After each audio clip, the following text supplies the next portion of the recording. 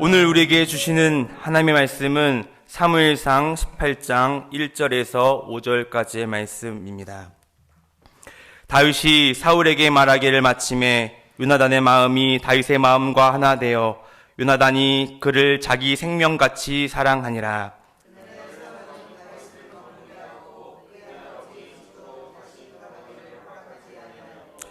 요나단은 다윗을 자기 생명같이 사랑하여 더불어 언약을 맺었으며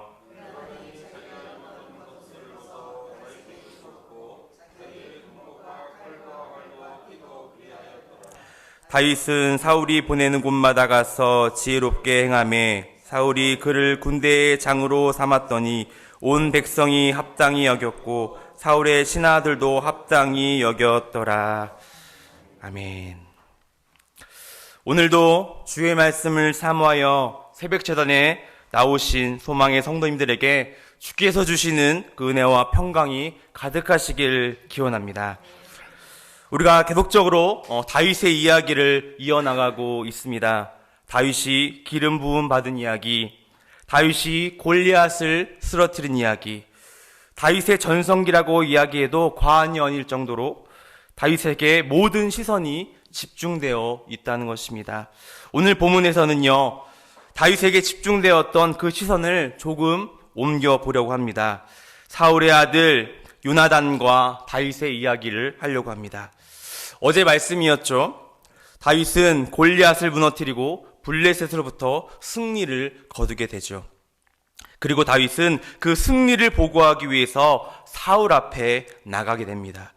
17장 58절 말씀이죠. 사울이 그에게 묻되 소년이여 누구의 아들이냐 하니 다윗이 대답하되 나는 주의 종 베들레헴 사람 이새의 아들이니이다 하니라. 이전에 31절에서 분명히 다윗과 사울이 만난 적이 있었지만 이제서야 통성명을 하게 됩니다.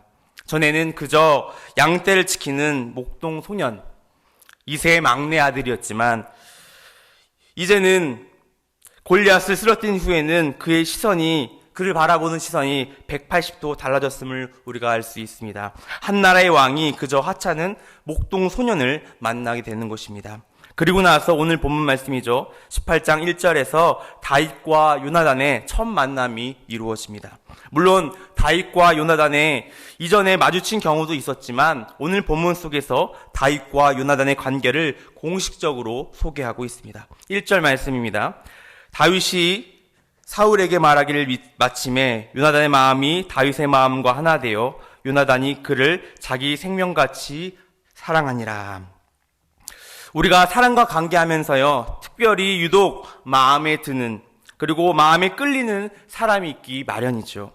주는 것 없어도 그저 이쁜 사람이 있고요. 모든 것을 다 주어도 마음에 들지 않는 사람이 있다는 것입니다.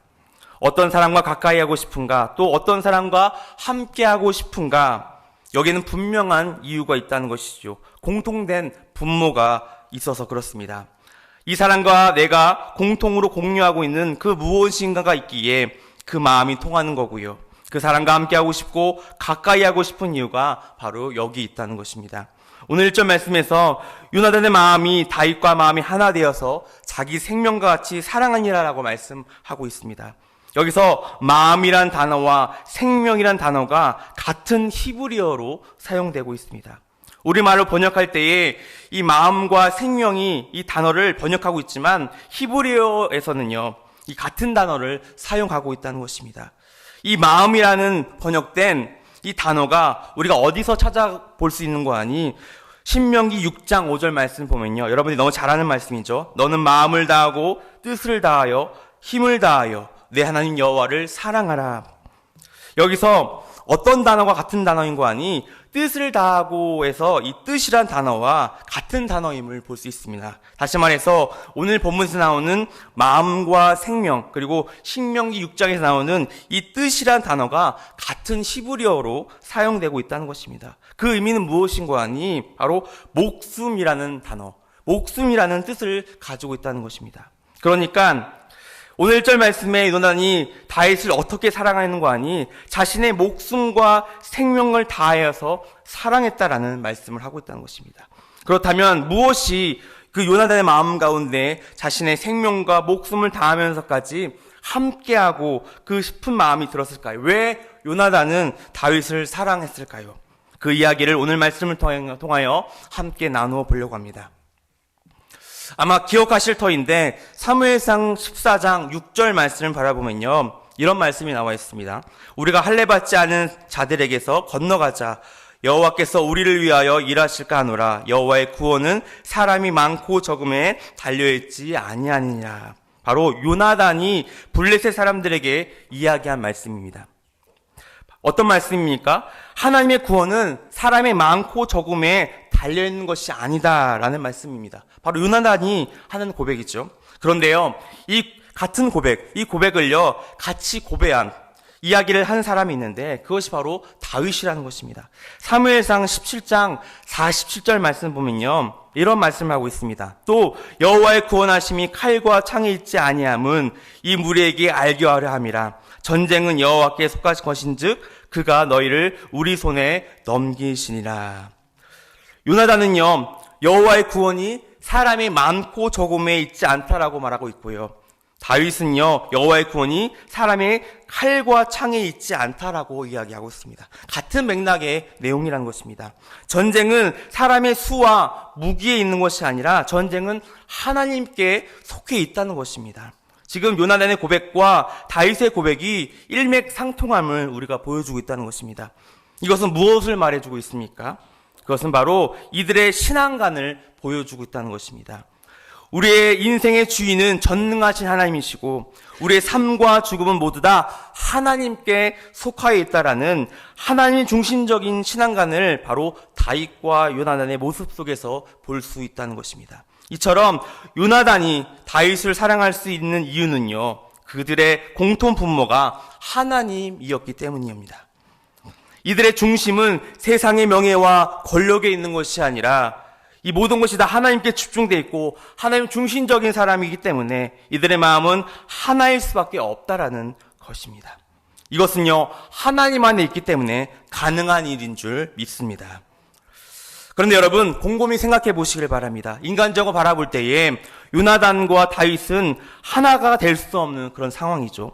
이들의 관계는 어떠합니까? 정치적으로 적대적인 관계입니다. 아무런 이변이 없으면 요나단은 자연스럽게 사울을 이어서 이스라엘 다음 왕으로 세워질 사람입니다. 그런데요, 이 다윗이라는 청년이 나타나 골리앗을 쓰러뜨리고 대중적인 신임과 인기를 얻게 되었습니다. 더욱이나 다윗은요, 이미 사무엘로부터 기름을 받아 다음 왕으로 세워진 상태였습니다.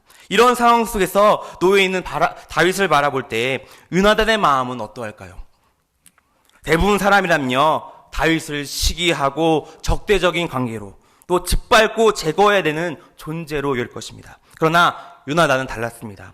그의 중심은 하나님 앞에 있기 때문에, 중심이 하나님께 사로잡혔기 때문에 바로 그의 모습과 그의 행동은 달랐던 것입니다. 그 중심이 세상의 명예와 권력에 있지 않았기 때문입니다. 여러분, 4절 말씀 보시길 바랍니다. 요나단이 자기가 입던 겉옷을 벗어 다윗에게 주었고 자기의 군복과 칼과 활도 띠도 그러하였더라 라고 나와 있습니다. 이때 당시에 왕의 가문에서 자신의 겉옷과 자신의 칼과 자신의 활을 주는 행위는요, 다음 왕으로 바로 인정하겠다는 그러한 의미를 가지고 있습니다. 왜냐하면 고대 사회에서 이 겉옷은요, 사회적인 신분을 나타내 주었기 때문입니다. 지금 요나단은요, 다윗을 자신의 가문으로 다음 왕으로 인정하겠다는 말을 하고 있다는 것입니다. 이것은 대단한 용기이죠. 인간적으로 마음으로 도저히 할 수 없는 행동이 바로 이 요나단의 행동이었던 것입니다. 요나단이 다윗을 자기 생명처럼 여겼다는 것은 단순한 인간적인 우정적인 그러한 맺어진 관계가 아니라는 것입니다. 이 관계는요, 하나님 안에서 맺어진 신앙적인 또 언약적인 이 믿음의 관계임을 여러분 믿으시길 간절히 바랍니다. 3절 말씀도 이야기하고 있죠. 더불어 언약을 맺었으며 라고 나와 있습니다. 여기서 언약은요, 하나님 안에서의 언약을 말합니다. 오늘 우리가 이 다윗과 이 요나단의 관계에서 붙잡아야 할 그 점은 바로 우리 믿음의 공동체 역시 하나님의 언약으로 맺어진 관계가 되어야 함을 믿으시길 바랍니다. 우리가 서로를 바라볼 때에 예수 그리스도의 핏값으로 맺어진 형제 자매임을 깨닫고 어떤 편견이나 또 어떤 인간적인 잣대로 바라보는 것이 아니라 다윗과 요나단의 관계처럼 자기의 생명과 같이 자기의 목숨과 같이 사랑하는 하나님 안에서 이러한 관계가 이루어짐을 믿으시기를 바랍니다. 그런데요, 그 관계를 무너뜨리는 사단의 관계가 무엇인지 아십니까? 그것은 바로 이 시기심이라는 것입니다. 이 사울과 요나단의 차이점이 무엇인지 아십니까? 다윗을 바라보는 시점입니다. 상황과 사람은 같지만 다윗을 바라볼 때에 시기심을 바라보았느냐, 사랑으로 바라보았느냐에 따라 이 사울과 요나단의 인생이 달라짐을 우리가 볼 수 있습니다. 시기심을 바라보았던 사울은요, 악한 영이 들어서 평생 다윗 맛을 쫓아다가 죽음을 맞아야 했습니다. 여러분, 이렇게 시기심이 무서운 것입니다. 물론 세상에서 말하는 일반적인 시기심도 그 위력이 대단하지만 여러분, 영적인 시기심, 영적인 이 열등감은요, 굉장한 파괴력이 있음을 믿으시기를 바랍니다. 이것은 믿는 공동체를 무너뜨리는 영적인 암과 같은 존재임을 믿으시기를 바랍니다. 믿음의 공동체 안에서 지체를 바라볼 때 선한 눈으로 바라보는 것이 아니라 누가 더 잘 섬기나, 누가 더 기도를 많이 하나, 혹은 주의 종에게 누가 더 잘하나, 그 모습을 바라볼 때에 불행하게도 이 영적인 시기심과 영적인 열등감이 올라올 때가 많이 있다는 것입니다. 이것이 가장 무서운, 우리가 끊어낼 수 없는 공동체의 치명적인 이러한 무서운 것임을 여러분 깨달아야 할 줄 믿습니다. 이 영적 시기심을 통하여 믿음의 공동체가 분열되고 깨어지고 사단 마귀가 믿는 공동체 속에서 주인이 되어서 그 공동체를 무너뜨리게 하는 방법이 바로 이 시기심이라는 것을 믿으시기를 바랍니다. 사랑하는 여러분, 이 영적인 시기심을, 이 영적인 열등감을 예수 그리스도의 이름으로 끊어내시는 저 여러분 되시길 간절히 바랍니다. 내 말씀을 정리합니다. 다윗과 요나단의 관계가 자신의 생명을 나누는 관계가 될 수 있었던 것은 바로 이들이 하나님 안에 있었기 때문입니다. 이들 사이에서 영적인 시기심이나 영적 열등감이 없었다는 것이죠. 하나님 안에서 언약을 맺은 관계였고 이들 모두가 하나님 중심의 사람이었기 때문에 이들의 우정은 지금 2000년이 지난 이 시대에도 귀감이 되는 그러한 영적인 우정의 관계가 될 수 있었던 것입니다. 사랑하는 소망의 성도 여러분, 오늘 말씀을 통하여 다윗과 요나단의 관계처럼 우리의 소망 공동체가 믿음 안에서 영적으로는 사랑으로 똘똘 뭉칠 수 있는 복된 공동체 되시길 간절히 바랍니다. 지체들을 주님의 이름으로 사랑하고 또 자신의 생명처럼 남을 같이 사랑하고 섬기며 이 믿음의 공동체를 세워나갈 수 있는 저와 여러분들의 삶이 되시길 주님의 이름으로 기원합니다. 주님이 가신 길 골고다 십자가 나의 죄인하여